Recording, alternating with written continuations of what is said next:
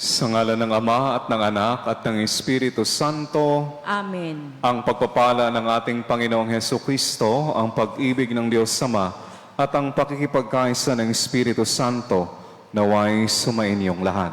At sumayo rin. Mga kapatid, aminin natin ang ating mga kasalanan upang tayo maging marapat gumanap sa banal na pagdiriwang.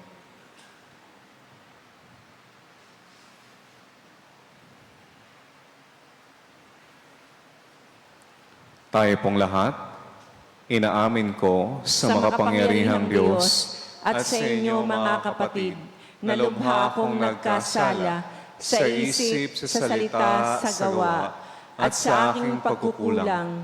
Kaya sinasamo ko sa mahal na Birheng Maria, sa lahat ng mga anghel at mga banal, at sa inyo mga kapatid, na ako'y panalangin sa Panginoong ating Diyos. Kaawaan tayo na makapangyarihang Diyos, patawarin tayo sa ating mga kasalanan at patnubayan tayo sa buhay na walang hanggan. Amen.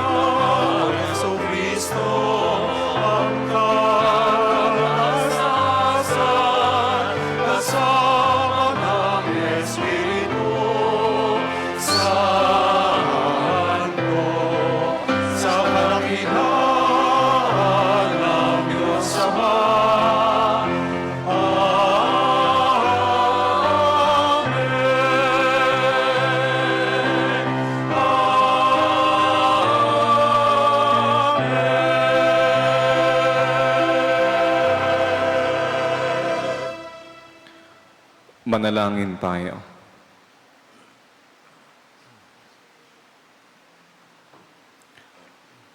Ama naming makapangyarihan, itaguyod mo ang aming ginagampanan, alinsunod sa iyong kalooban, upang sa ngalan ng anak mong mahal, kami maging marapat magkaroon ng karagdagan sa aming paggawa sa mga kabutihan, sa pamagitan ni Jesucristo kasama ng Espiritu Santo, magpasawalang hanggan.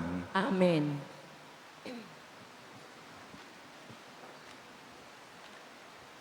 Pagbasa mula sa aklat ni Nehemias. Noong mga araw na iyon, kinuha ni Ezra na saserdote ang aklat ng kautusan. Dinala niya ito sa kapulungang binubuo ng mga lalaki, babae, at mga batang may sapat ng gulang at pangunawa. Mula sa umaga hanggang tanghali, binasa niya ang kautusan sa harapan ng mga taong natitipon sa liwasang bayan. Ang lahat naman ay nakinig na mabuti. Si Ezra ay nakatayo sa isang entabladong kahoy, na sadyang itinayo sa pagkakataong iyon. Siya ay nakikita ng lahat, sapagkat mataas ang kanyang kinatatayuan. Ang lahat ng tumayo nang buksan niya ang aklat. Purihin ng Panginoon ang dakilang Diyos, ang wika niya. Ang lahat ay nagtaas ng kanilang mga kamay at sumagot, Amen, Amen. Pagkatapos, nagpatira pa sila bilang paggalang sa Panginoon. Binasa ng mga Levita ng maliwanag ang batas na ito ng Diyos at ipinaliwanag na mabuti ang kahulugan. Nang malaman ng mga tao ang mga dapat nilang gawin ayon sa kautusan, nabagbag ang kanilang kalooban. Ano pat sila'y napaiyak. Ang araw na ito ay dakila sa Panginoon na inyong Diyos. Wika ni Nehemias at Ezra at mga Levita. Nakikinig ang mga tao at umiiyak nga. Kaya't sabi nila, huwag kayong umiyak. Wika pa nila, umuwi na kayo at magdiwang. Ang walang pagkain at inumin ay bahagi na ng mayroon sapagkat ang araw na ito'y dakila sa Panginoon. Ang kagalakang dulot niya ay magiging kalakasan ninyo. Ang salita ng Diyos. Salamat sa Diyos. Ang atin pong itutugon sa bawat taludtod ng salmo.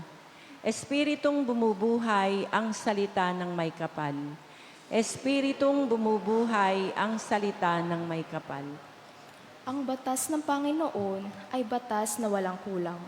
Ito'y utos na ang dulot sa tao ay bagong buhay. Yaong kanyang mga batas ay mapagtitiwalaan. Nagbibigay ng talino sa pahat ang kaisipan. Espiritong bumubuhay ang salita ng may kapal. Ang tuntuning ibinigay ng poon ay wastong utos. Liligaya ang sinuman kapag ito ang sinunod. Ito'y wagas at matuwid pagkat mula ito sa Diyos. Pangunawa ng isipan, yaong bungang idudulot. Espiritong bumubuhay ang salita ng may kapal. Yaong paggalang sa poon ay marapat at mabuti. Isang banal na tungkulin na iiral na parati. Pati mga hatol niya'y matuwid na kahatulan. Kapag siya ang humatol, ang pasya ay pantay-pantay. Espiritong bumubuhay ang salita ng may kapal. Naway itong salita ko at ang aking kaisipan sa iyo ay makalugod. Panginoon ko't kanlungan. O ikaw na kublihan kong ang dulot ay kaligtasan. Espiritong bumubuhay ang salita ng may kapal.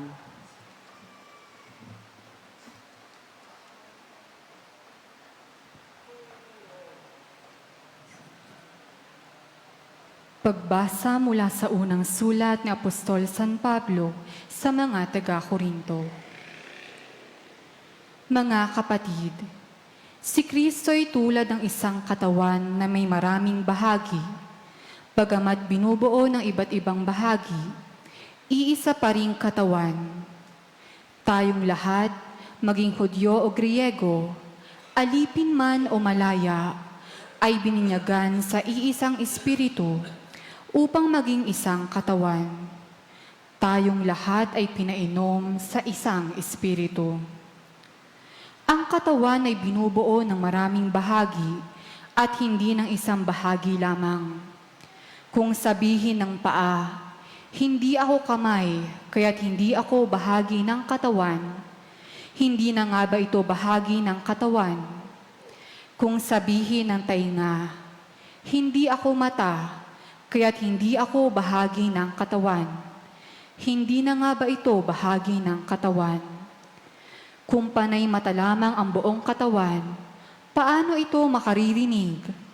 Kung panay tainga lamang ang buong katawan, paano ito makaaamoy?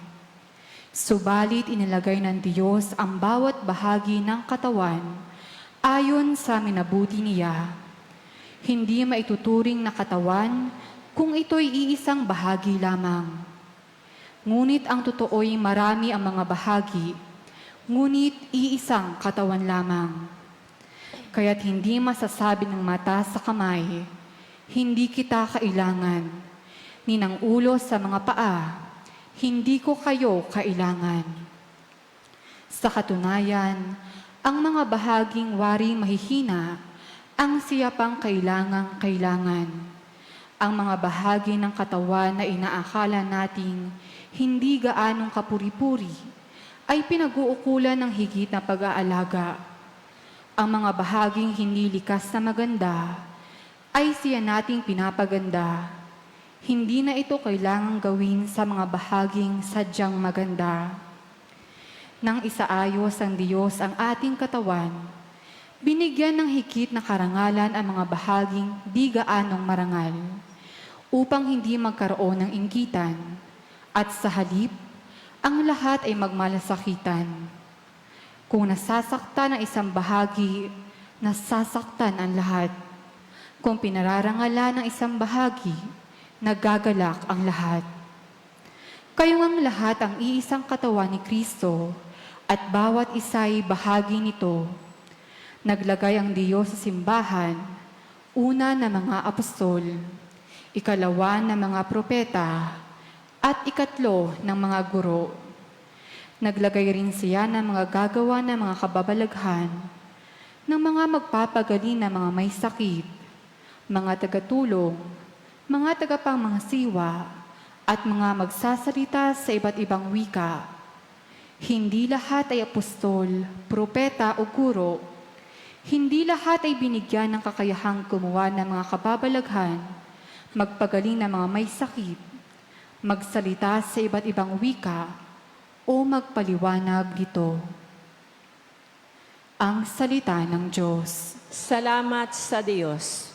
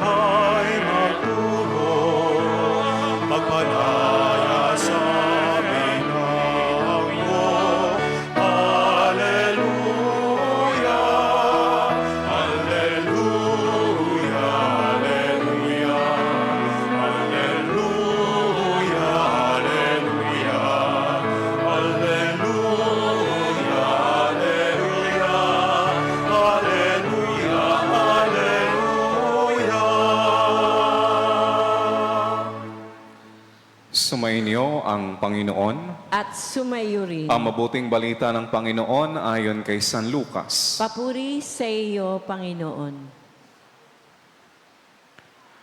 Kagalang-galang na Teofilo, marami na po ang nagsikap na sumulat tungkol sa mga bagay na ganap sa gitna namin. Ang kanilang sinulat ay ayon sa sinabi sa amin ng mga nakasaksi nito buhat sa pasimula at nangaral ng salita. Matapos na ako'y makapagsuri ng buong ingat tungkol sa lahat ng bagay nito, buhat pa sa pasimula, minabuti ko pong sumulat ng isang maayos na salaysay para sa inyo upang lubusan ninyong matiyak ang katotohanan ng mga bagay na itinuro sa inyo. Noong panahong iyon, bumalik si Jesus sa Galilea at sumasa kanya ang kapangyarihan ng Espiritu Santo. Kumalat sa palibot na lupain ang balita tungkol sa kanya. Nagturo siya sa kanilang mga sinagoga at tinakila siya ng lahat. Umuwi si Jesus sa Nazaret na kanyang nilakhan, gaya ng kanyang kinagawian. Pumasok siya sa sinagoga ng araw ng pamapahinga. Tumindig siya upang bumasa at ibinigay sa kanya ang aklat ni Propeta Isaías. Binuksan niya ang aklat sa dakong kinasusulatan ng ganito, "Sumasa akin ang Espiritu ng Panginoon, sapagat hinirang niya ako upang ipangaral sa mga dukha ang mabuting balita. Sinugo niya ako upang ipahayag sa mga bihag na sila'y lalaya at sa mga bulag na sila'y makakikita, upang bigyang kaluwagan ang mga sinisiil at ipahayag ang pagliligtas na gagawin ng Panginoon." Nilulon niya ang kasulatan at matapos isauli sa tagapaglingkod, siya'y naupo. Nakatitig sa kanya ang lahat ng nasa sinagoga at sinabi niya sa kanila, "Natupad ngayon ang bahaging ito ng kasulatan samantalang nakikinig kayo." Ang mabuting balita ng Panginoon. Pinupuri ka namin, Panginoong Hesukristo. Tayo po ngayon ay nasa 3 linggo sa karaniwang panahon at ipinagdiriwang po natin ngayon ang National Bible Sunday. Mga kapatid, meron pong 2 importanteng katotohanan bilang consequence o bilang resulta ng pagkakatawang tao ng Diyos. Si Jesus bilang tunay na Diyos, bilang tunay na tao, 100% God, 100% human, ay meron pong 2 kalooban. Kalooban niya bilang Diyos at kalooban niya bilang tao. Meron din po siyang 2 uri ng pag-alam. Pag-alam niya bilang Diyos at pag-alam niya bilang tao. At bilang tao, tayo po ay halos katulad ni Jesus. Yun nga lamang po, ang pagkatao ni Jesus ay wala pong bahay dungis ng kasalanan. Kasalanang mana at kasalanang personal sapagkat siya ay Diyos. Ito po ang pinakarason kung bakit ipinapakita sa Ebanghelyo ngayon ni San Lucas na kailangang mapuspos ni Jesus ng Espiritu Santo upang palaging maliwanagan bilang tao ang kanyang kaloobang makatao at ang kanyang pag-iisip makatao. Kung mapapansin niyo po, pinili ng Diyos Ama ang pinakamagaling na magulang sa buong mundo. Si Maria, ang Immaculada Concepcion. At si Jose, ang pinakamatuwid sa lahat. Kapag sinasabi po sa Biblia ng isang tao ay matuwid, ibig sabihin, nasa kanya na ang lahat ng kagalingan. Kaya nung sinabi ni San Mateo, ni San Jose ay matuwid, ibig sabihin, napakabuting tao ni San Jose. So meaning to say, in order for Jesus as a human being to be reared according to the will of God, minabuti ng Diyos Ama na piliin si Maria bilang kanyang ina at si Jose bilang kanyang ama. Ngayon po, anong epekto nito mga kapatid? Si Jesus bilang Diyos at bilang tao ay lumaki ng may takot sa Diyos. Salamat po sa paggabay ni Maria at ni Jose. At ngayon po sa Ebanghelyo, matapos siyang i-present sa templo at 12 years old, ngayon, he is already starting his public ministry. At pagkatapos niyang matempt ng demonyo for 40 days sa disyerto, napagtagumpayan niya at sinasabi ni San Lucas, siya po ay puspos ng Espiritu Santo. At matapos niyang basahin ang salita at sinulat ni Propeta Isaías, lakas loob niyang sinabi ito. Pagkatapos basahin, sinabihan niya ang mga nasa sinagoga, ang lahat ng ito ay natupad na nang marinig ninyo ito pagkabasa ko ng salita ng Diyos.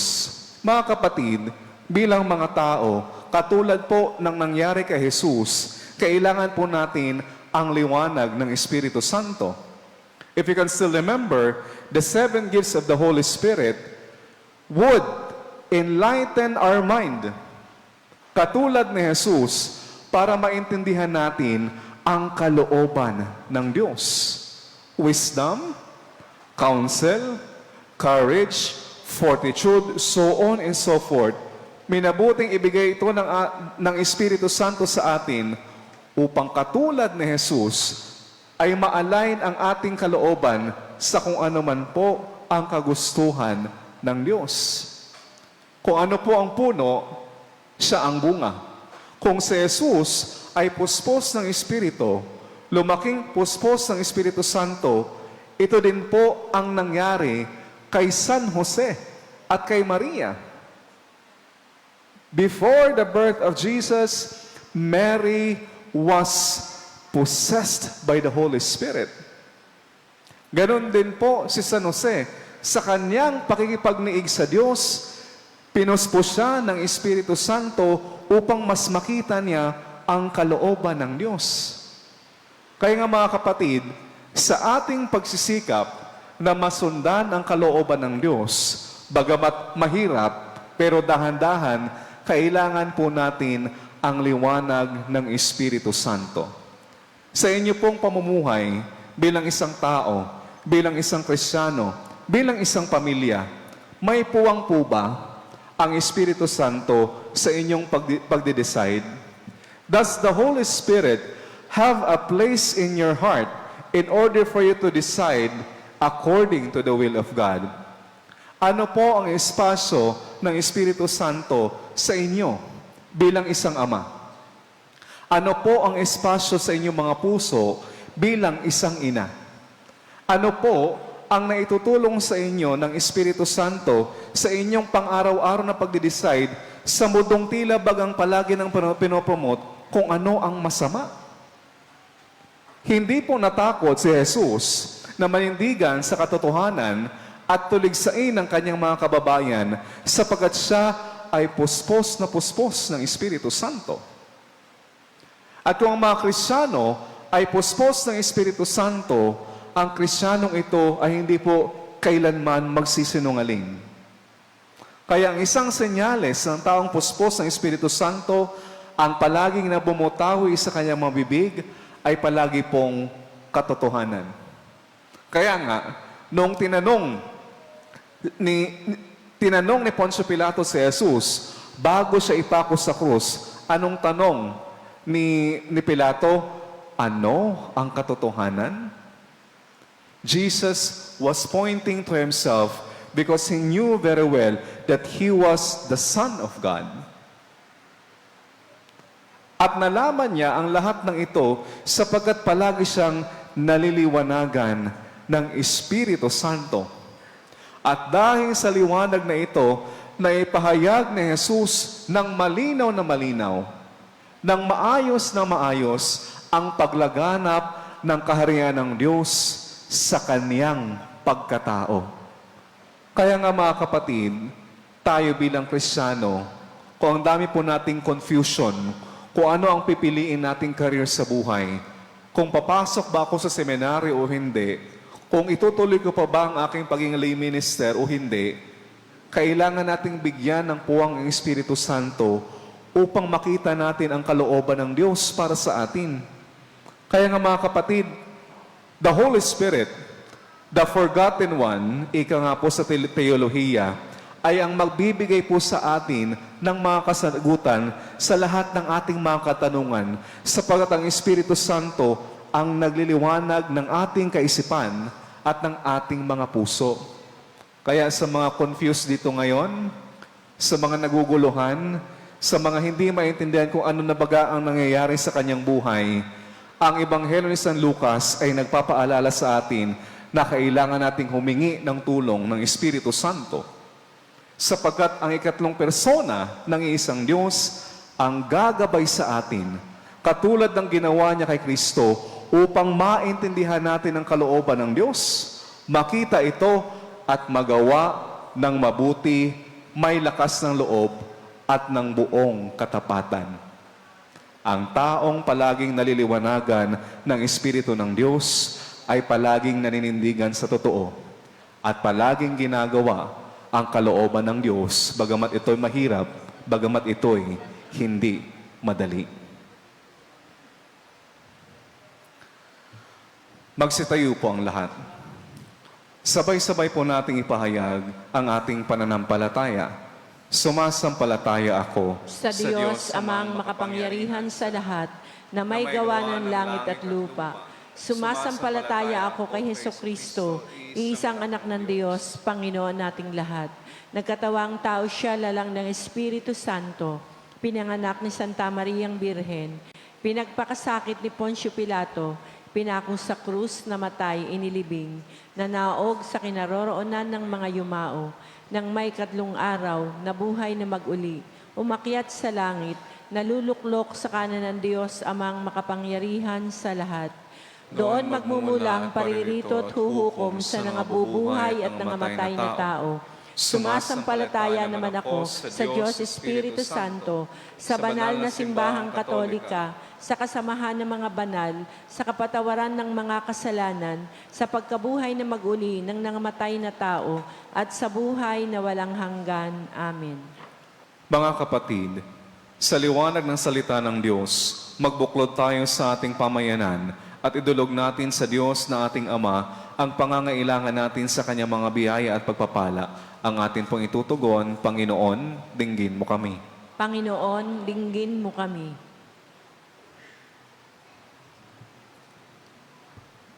Upang ang katotohanan ng ating pananampalataya ay tunay na umalingaw sa sangkatauhan at pagpalain nawa ng Diyos ng ibayong tapang at tibay ang simbahang katolika na maipahayag ang mabuting balita sa sanlibutan. Manalangin tayo. Panginoon, dinggin mo kami. Upang ang pagpapahayag at pagpapakilala sa kapangyarihan ng Diyos Ama ay makaabot nawa sa lahat ng sulok ng sanlibutan at mahubog nawa ang sangkatauhan na panatilihin ang daigdig na makatao at makadiyos. Manalangin tayo. Panginoon, dinggin mo kami. Upang ang pagpapahayag sa Diyos na mapagkalinga ay tumimo nawa sa puso ng mga taong may pinapasang iba't ibang uri ng pagdurusa at maging ugat nawa ito upang sila ay pamahayan ng pag-asa at pananampalataya sa Diyos. Manalangin tayo. Panginoon, dinggin mo kami. Upang ang pagpapahayag ng Diyos ng kanyang pag-ibig sa tanan ay tanggapin nawa natin sa loob ng ating tahanan at pamungahin nawa ito sa paglilingkod at pagbabahagi ng ating sarili sa ating kapwa. Manalangin tayo. Panginoon, dinggin mo kami. Amang butihin, maging buhay nawa sa amin ang iyong salita. Sa tulong ng iyong mga biyaya, maihayag nawa namin ang kaligtasang ipinagkakaloob mo, iyong sambayanan sa pamagitan ng Panginoong Hesukristo na bubuhay at naghaharing kasama mo at ng Espiritu Santo, magpasawalang hanggan. Amen. Maaari na pong humanay sa gitna ang mga may nais mag-alay ng sobre.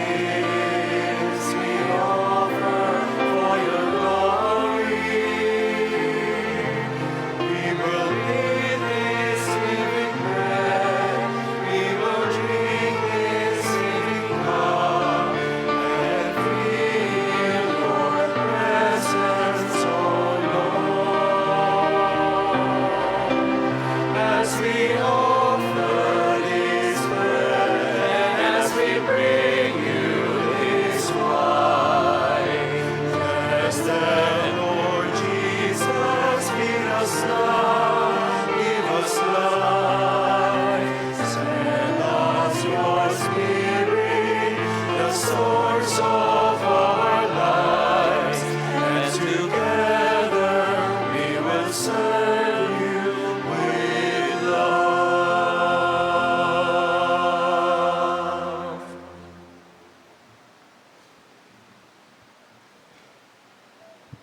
Kapuri-puri ka Diyos sa mga lumikha sa sanlibutan, sa iyong kagandahang loob, narito ang aming maiaalay. Mula sa lupa at bunga ng aming paggawa, ang tinapay na ito para maging pagkaing nagbibigay buhay. Kapuri-puri ang pong may kapal ngayon at kailanman.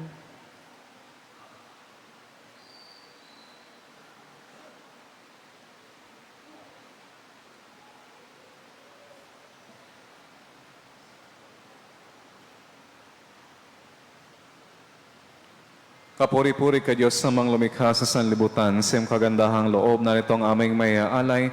Mula sa katas ng ubas at bunga ng aming paggawa, ang alak na ito para maging inuming nagbibigay ng iyong Espiritu.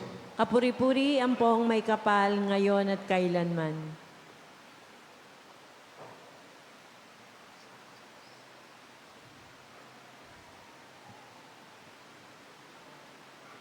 Manalangin kayo mga kapatid, upang paghahain natin ang kalugdan ng Diyos, amang makapangyarihan. Tanggapin nawa ng Panginoon itong paghahain sa iyong mga kamay, sa kapurihan niya at karangalan sa ating kapakinabangan at sa buong sambayanan niyang banal. Ama naming lumikha, tanggapin mong malugod ang aming mga handog.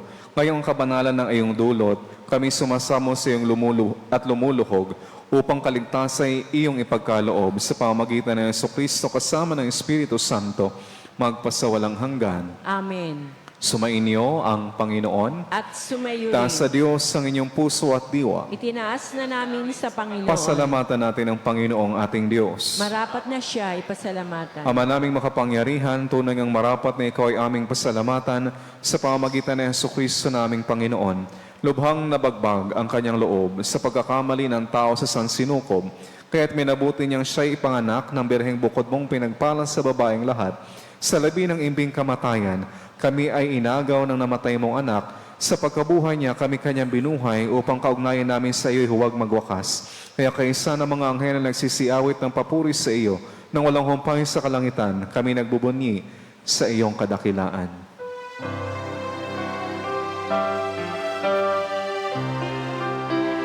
Santo, Santo, Santo, Panginoong Diyos ng mga hukbo, napupuno ang langit at lupa ng kadakilaan mo.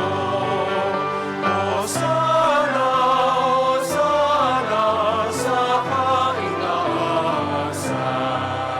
pinagpalang na paririto sa ngalan ng Panginoon.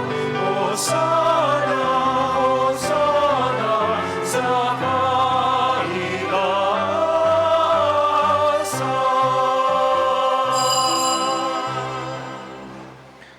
Ama naming banal, ikaw ang bukal ng tanang kabanalan, kaya sa pamagitan ng iyong Espiritu gawin mong banal ang kaloob na ito, upang para sa amin maging katawan at dugo ng aming Panginoong Hesukristo. Bago niya pinagtiis ang kusang loob na maging handog, hinawakan niya ang tinapay, pinasalamatan kaniya, pinaghati-hati niya iyon, niabot sa kanyang mga alagad at sinabi, tanggapin niyong lahat ito at kanin ito ang aking katawan na ihahandog para sa inyo.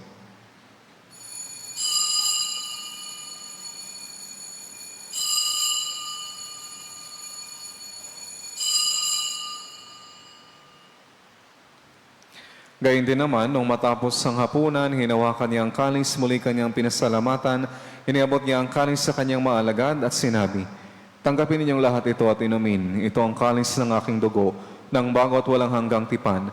Ang aking dugo na ibubuhos para sa inyo at para sa lahat, para sa pagpapatawad ng mga kasalanan. Gawin niyo ito sa pag-alaala sa akin.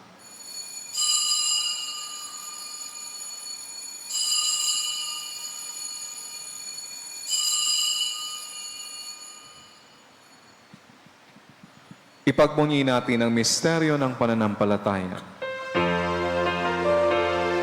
Sa krus mo at nabuhay, namin ang lubos mong tunay.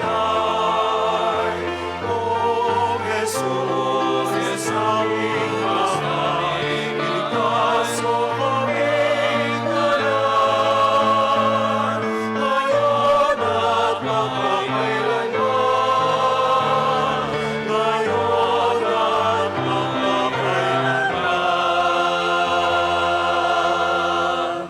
Ama, ginagawa namin ngayon ang pag-alaalan sa pagkamatay at muling pagkabuhay na iyong anak.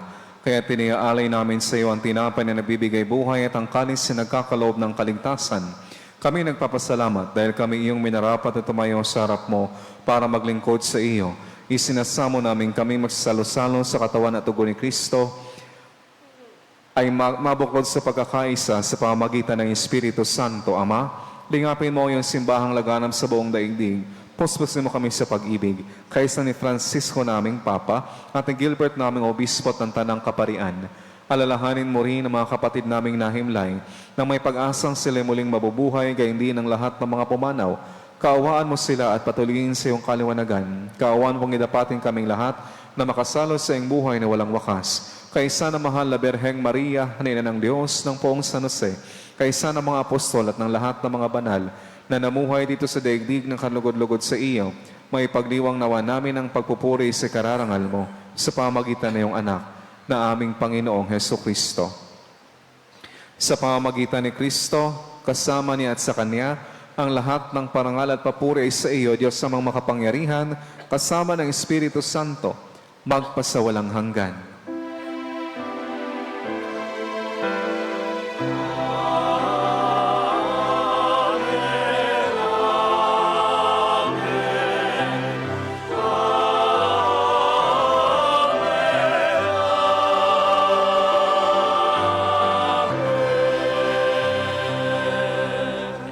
Sa tagubilin ng mga nagagaling na utos sa turo ni Jesus sa Panginoon natin at Diyos, ipahayag natin ng lakas loob.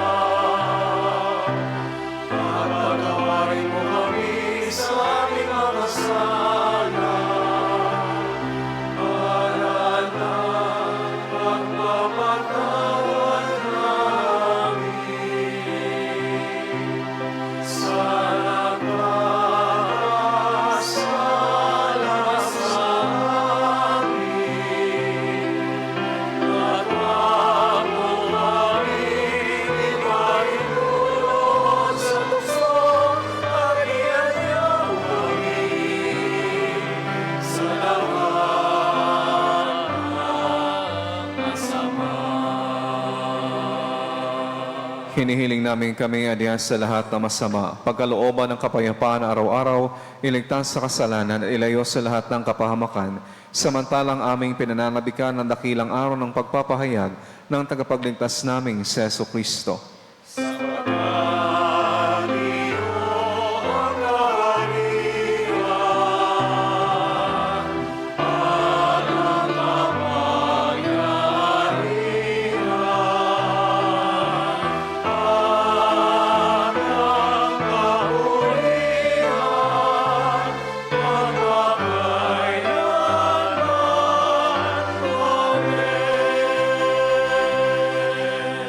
Panginoong Heso Kristo, sinabi mo sa iyong mga apostol, kapayapaan ang iniiwan ko sa inyo, ang aking kapayapaan ang ibinibigay ko sa inyo. Tunghayan mo ang aming pananampalataya at huwag ang aming pagkakasala. Pagkalooban mo kami ng kapayapaan ng pagkakaisa ayon sa iyong kalooban, kasama ng Espiritu Santo, magpasawalang hanggan. Amen. Ang kapayapaan ng Panginoon ay laging sumainyo. At sumaiyo rin. Magbigayan tayo ng kapayapaan sa isa't isa.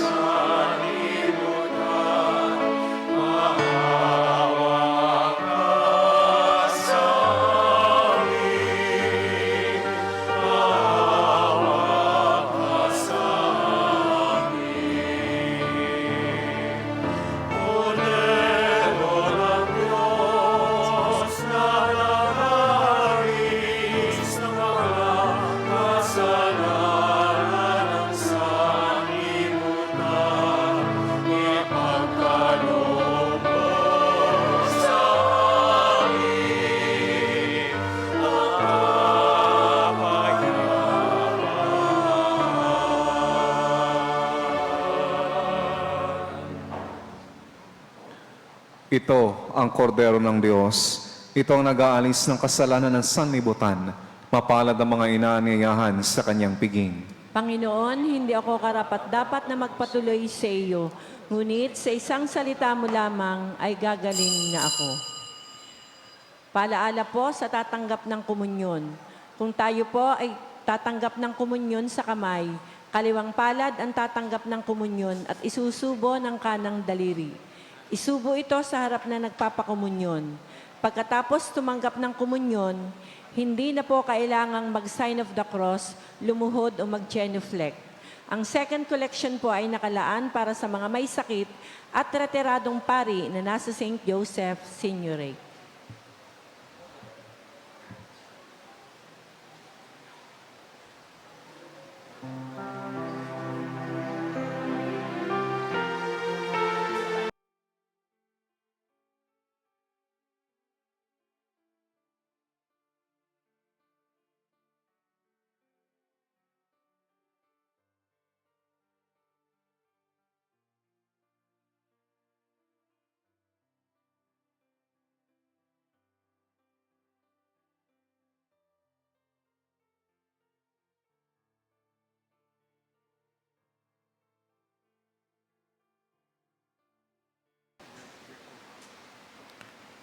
Manalangin tayo.